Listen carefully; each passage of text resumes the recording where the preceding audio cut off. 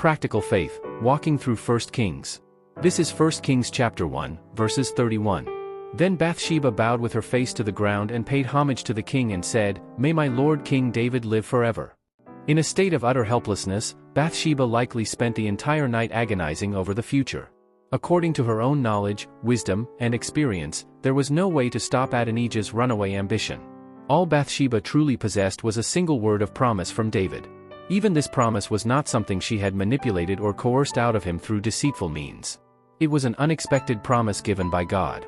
From the standpoint of humanism, there were numerous reasons why David should not have chosen Bathsheba and Solomon.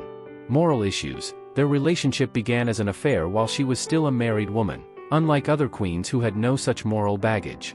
Legitimacy issues: Bathsheba's grandfather, Ahithophel, was the mastermind behind Absalom's rebellion, unlike other queens whose families provided political support to David. Based on morality or political legitimacy alone, there was no reason for Solomon to be chosen. Yet, God chose Solomon, and David chose to follow God's will.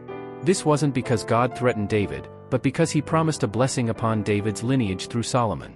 In essence, it was a promise of blessing given strictly by grace.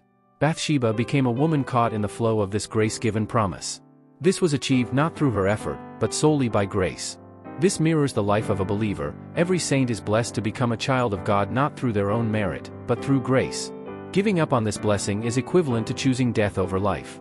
If Solomon, under immense pressure, had voluntarily surrendered the throne to Adonijah, would Adonijah have spared him?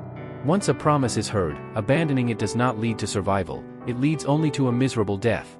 Because of that promise, Solomon and Bathsheba faced constant attacks, criticism, slander, and even death threats. However, the wisest choice for them was to remain quiet and trust in that word of promise, regardless of the environment. Now that this choice has finally borne fruit, Bathsheba praises the king. The life of a believer is the same. Due to our identity as worshippers and the promises we hold, we face slander, hardship, and suffocating situations we cannot escape on our own. Yet, the wisest path is to hold fast to the word, for the day of its fulfillment comes in an instant. Believers must always remember, the very day the promise was fulfilled for Solomon and Bathsheba was the same day their enemies were most boldly and publicly displaying their defiance in broad daylight.